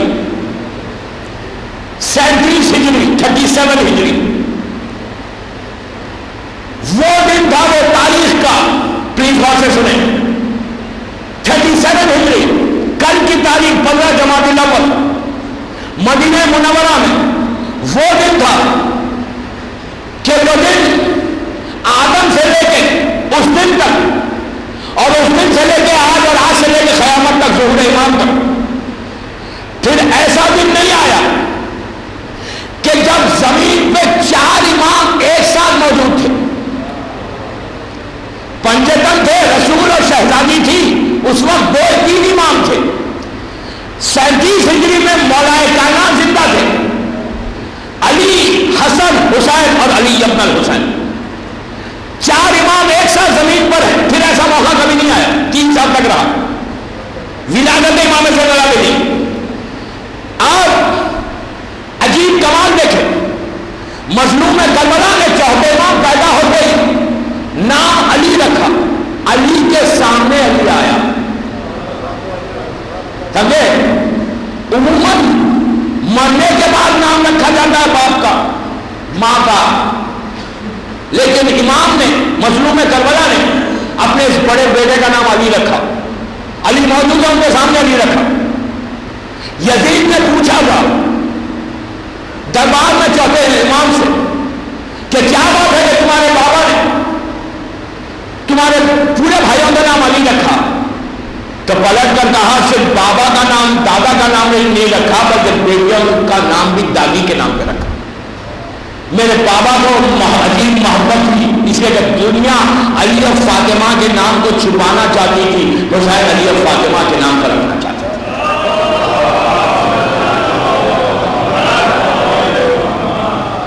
نام علی رکھا. جناب علی ابن حسین کی مادر گرامی، ان کی ماں کا نام شہربانو. جناب شہربانو وہ بیوی ہے، ایران کی شہزادی ہے. اور ولادت کے بعد جب وہ مدینے آئی تو آپ کا حسین ابن علی کے ساتھ ہوا۔ چوتھے امام کی پیدائش کے 6 مہینے کے بعد جناب شہربانو کی وفات ہو گئی۔ بچپنے میں ہی ماں کے سائے سے دور ہو گئی امام۔ وہ جو شہربانو بتایا جاتا ہے ایران میں، وہ کوئی اور امام زادی ہے، چوتھے امام کی ماں نہیں ہے۔ چوتھے امام کی ماں واقع کربلا میں نہیں تھی۔ چوتھے امام کی مادر گرامی کا نام شہربانو۔ یہ بیوی ولادت امام زین العابدین کے 4 مہینے یا 6 مہینے میں آپ کی وفات ہو گئی۔ آپ کی قبر مبارک مدینہ منورہ میں جنت البقیع میں موجود ہے۔ اور امام کو جناب شہربانو کی ایک کنیز تھی، اس نے امام کو ظاہری طور پر پرورش کی تھی۔ امام کی زندگی کے کئی پہلو ہیں، کئی امام کے ارشادات ہیں۔ آج 40-50 منٹ میں امام کے ارشادات اور امام کی دعائیں بتاؤ کہ کم از کم آج کی تعلیم کا حق ادا ہو جائے، امام کی وہ خوشنودی میں ہمیں مل جائے۔ سید الساجدین کا پیریڈ بہت اہم پیریڈ، غور سے سنیں۔ 40 منٹ میں مکمل یا 50 منٹ میں مکمل چوتھے امام کی زندگی کا ایک اسکیچ کھینچوں گا۔ پوری زندگی تو بیان نہیں کر سکتے، اس لیے کہ آپ کی زندگی کے کئی ایسے واقعات ہیں، کئی ایسے پہلو ہیں کہ جو آپ کی زندگی کے پہلو کو آج ہم اپنی زندگی میں اس کو امپلیمنٹ کر سکتے ہیں۔ دوستو، مجلس میں بیٹھو یا جشن میں بیٹھو، کسی امام کی شہادت کی مجلس میں بیٹھو یا کسی امام کی ولادت کی محفل میں بیٹھو، ایک چیز ہمیشہ یاد رکھو، جب بھی مجلس میں شہادت کی آؤ یا ولادت کی محفل میں آؤ تو یہ طے کر کے آؤ کہ جب ہم آئے ہیں خدا مسجد میں، جب ہم آئے ہیں کسی امام بارگاہ میں امام کی محفل کو سننے، ولادت کی تقریر کو سننے، تو یہ سوچ کر آؤ کہ آج کے دن کم از کم ہم کوئی ایسا کام کریں گے جس سے ہمارا امام جس کی ولادت کی محفل میں ہم ہیں وہ ہم سے راضی ہوگا۔ اصل حق یہ ہے، یہ نہیں کہ 1 گھنٹہ خدا مسجد میں آ کر سنو عابد بن عامر کو چلے گا، کوئی اور مولوی آیا اسے سنو چلے گا، نو نو نو نو، اس سے کوئی فائدہ نہیں ہے۔ امام کو کیا خوش کر رہے ہیں، امام کو کیا راضی کر رہے ہیں؟ اگر ہماری زندگی سے امام راضی نہیں ہوا تو then what is the use of our life? Tell me, please tell me, please tell me. What is the use? کیا فائدہ میں ہماری زندگی سے اگر امام ہی راضی نہیں ہوا؟ مقصد یہ ہو، انٹینشن یہ ہو، زندگی کا مشن یہ ہو کہ ہم اپنی زندگی سے اپنے امام کو راضی کریں۔ امام راضی ہو جائے تو پھر یہ نمازیں بھی قبول ہیں، پھر ہاتھوں کو اٹھا کے دعائیں مانگنا بھی قبول ہے، ورنہ فائدہ کیا؟ پڑھتے رہو سجدے، پڑھتے رہو نمازیں، پڑھتے رہو دعائیں، اگر امام راضی نہیں ہے تو کچھ نہیں ہے۔ امام راضی ہے تو اللہ بھی راضی ہے، تمہاری عبادتیں بھی قبول ہے۔ امام کی رضا نہیں ہے تو کچھ نہیں۔ کوشش یہ کرو زندگی میں، صحیح سے کاملہ چوتھے امام کے عظیم دعا کی کتاب ہے ہمارے پاس۔ صحیح سے کاملہ کہاں رہتی ہے؟ ریکس میں، ریکس سمجھ رہے ہیں، الماریز میں، شو کی کتاب ہے نہج البلاغہ۔ میں ایک عام بات کر رہا ہوں، گھر میں ہے، کیوں گھر میں ہے؟ اس لیے گھر میں ہے کہ امام کی کتاب ہے۔ نہج البلاغہ ہر گھر میں ملے گی، لیکن پڑھتے کتنے لوگ ہیں؟ ہم نے کتنی دفعہ پڑھی؟ میں نوجوانوں سے بات کر رہا ہوں، میں بامبے کے یوتھ سے بات کر رہا ہوں، میری مجلس ٹیپ ہو رہی ہے، جو بھی میری سیریز کو بعد میں سنے میری بہنیں، میں صرف نوجوانوں سے ایڈریس کر رہا ہوں، بزرگوں سے نہیں، بزرگ مجھ سے بہتر جانتے ہیں۔ میری پوری تقریر یوتھ کے لیے، نوجوانوں کے لیے، میرے بھائیوں کے لیے، میری بہنوں کے لیے، ان کو میسج دینا ہے، ان کو پیغام دینا ہے کہ نہج البلاغہ یا صحیح سے کاملہ چوتھے امام کی کتاب دعاؤں کی الماریز میں مت رکھو، ریکس میں مت رکھو، شوکیس میں مت رکھو، دنیا کو بتانے کے لیے کہ یہ صحیح سے کاملہ سید الساجدین کی کتاب ہے۔ آپ کو پتا ہے کہ صحیح سے کاملہ کیا ہے؟ آج سے 8 یا 10 سال پہلے، 8 to 10 years پہلے یا اس سے کم، ایران کے وہ مجتہد آج بھی زندہ ہے، آغائے امیری، میں نام لے رہا ہوں، جو الغریب کتاب کے رائٹر ہیں۔ ایک پلیز جو میری آواز سن رہا ہے اس کو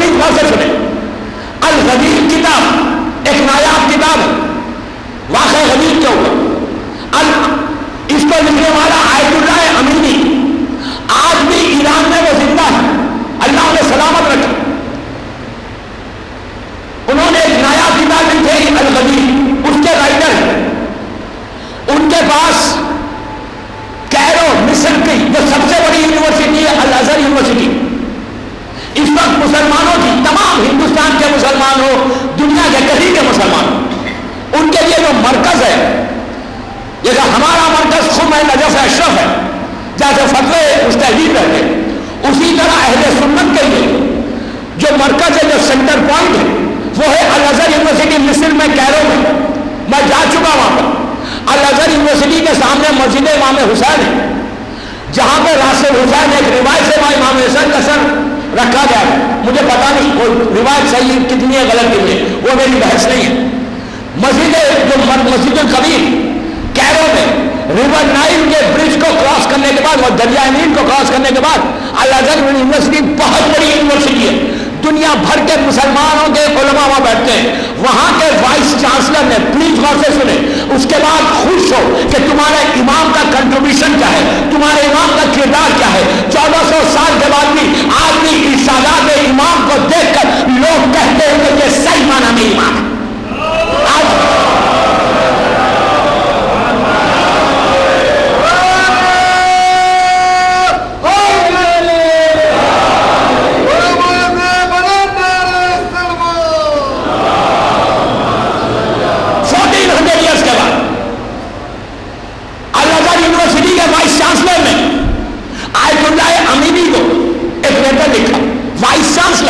یونیورسٹی کا جو ہیڈ ہوتا ہے، اتنی بڑی یونیورسٹی، پورے مسلمانوں کا قائد، پورے مسلمانوں کا لیڈر، لیٹر لکھتا ہے۔ کیا لیٹر لکھتا ہے؟ لکھ کے کہتا ہے کہ آپ لوگ حضرت علی سے لے کر زمانے کے امام تک یا 13 معصومین شہزادے کونین کو آپ لوگ معصوم کیسے مانتے ہیں؟ How can you prove؟ آپ اس کو ثابت کیسے کر سکتے ہیں کہ علی سے لے کے امام زمانہ تک سب معصوم تھے، نورانی تھے، اللہ کے نمائندے تھے؟ آپ پروف کیسے کریں گے؟ معصوم تھے، وہ خاکی انسان تھے، وہ کہتا ہے وہ خاکی انسان ہم جیسے تھے۔ آپ کے پاس ثبوت کیا ہے وہ معصوم تھے؟ تو آیت اللہ امینی نے صحیفہ کاملہ چوتھے امام کی اس کتاب کو ایک لیٹر لکھا اوپر، کہا کہ ہمارے چوتھے امام فرزند حسین علی کے پوتے کی دعاؤں کی کتاب ہے، میں یہ کتاب بھیج رہا ہوں، عربی کی کتاب ہے، عرب ہے معلوم پورے کتاب ہے، تو اس کتاب کو پڑھ لے، اس کے بعد پھر مجھے جواب دے۔ اس کا سوال کیا ہے کہ تم یہ کیسے پروف کر سکتے ہو، کیسے ثابت کر سکتے ہو کہ تمہارا ہر امام معصوم ہے؟ تو اس نے انہوں نے آیت اللہ امینی نے صحیفہ کاملہ بھیج دیا، صحیفہ کاملہ کو اس نے پڑھا، وائس چانسلر نے پوری دعاؤں کی کتاب پڑھی۔ ہم نہیں پڑھتے، ہمارے پاس ٹائم نہیں، بامبے میں تو ٹائم ہی نہیں، ہمارے پاس وقت نہیں ہے کہ ہم صحیفہ کاملہ پڑھیں۔ کیوں پڑھیں؟ وہ تو ہمارے امام کی کتاب ہے۔ ہم ناولس پڑھیں گے، انٹرنیٹ پہ چیٹنگ کریں گے، افسوس سے کہہ رہا ہوں، افسوس سے کہہ رہا ہوں، میں نوجوانوں سے بات کر رہا ہوں، بزرگوں سے نہیں۔ انٹرنیٹ پہ جاؤ، صحیفہ کاملہ انگلش میں بھی ٹرانسلیٹ ہو کر ہے وہاں پر، نہج البلاغہ انگلش میں بھی ہے۔ میری ریکویسٹ ہے، میرا معروضہ ہے، بامبے کے نوجوانوں سے میری خواہش ہے، بامبے کی نوجوان اور بہنوں سے میری آرزو ہے، انٹرنیٹ پہ گھنٹوں گزارتے ہو، پلیز پے سم ٹائم، تھوڑا سا وقت نکالو دنیا کی چیزوں سے، انٹرنیٹ پہ جا کر آج کے دن چوتھے امام کی ولادت کا دن، آج جا کر انٹرنیٹ پہ جا کر صحیفہ کاملہ کی پہلی دعا شروع کرو۔ ممبر سے کہہ رہا ہوں، خواجہ مسجد کے اتنا بڑا مجمع مجھے سن رہا ہے، ممبر رسول سے کہہ رہا ہوں، صحیفہ کاملہ میں کوئی ایسی دعا نہیں کہ جو تمہاری پریشانی کو، تمہاری حاجت کو، تمہاری تکلیف کو دور نہ کرے۔ ہر وقت کے لیے دعا ہے، 24 آورس کے لیے دعا ہے، ہر حاجت کی دعا ہے۔ ایک دفعہ وہ دعائیں پڑھنے لگو، تمہاری زندگی میں ریولیوشن آئے گا، تمہاری زندگی میں انقلاب آئے گا۔ اب سنو، جب پہنچی وائس چانسلر کے پاس، وائس چانسلر نے الازہر یونیورسٹی کے وائس چانسلر نے اس دعائیں صحیفہ کاملہ کو پڑھا، پوری پڑھ کے کچھ مہینوں میں اس نے خط لکھا۔ کیا خط لکھا؟ آیت اللہ، میں نے خود اپنی آنکھوں میں وہ خط دیکھا، کویت میں اس خط کا ٹرانسلیشن ہو کر آیا۔ یہ بہت ناسی میں ہے کہ دشمن تعریف کرے. اس کا سوال تھا کہ تمہارا امام معصوم کیسے ہے, ثبوت کیا ہے؟ صحیفہ کاملہ پڑھنے کے بعد اس نے آیت اللہ امینی کو ایک خط لکھ کے کہا کہ اس دعا کو پڑھنے کے بعد میں اس نتیجے پہ پہنچا ہوں کہ اب تم کو اور کوئی ثبوت دینے کی ضرورت نہیں, اس لیے کہ یہ طریقہ دعا کا سوائے معصوم کے کوئی نہیں بتا سکتا.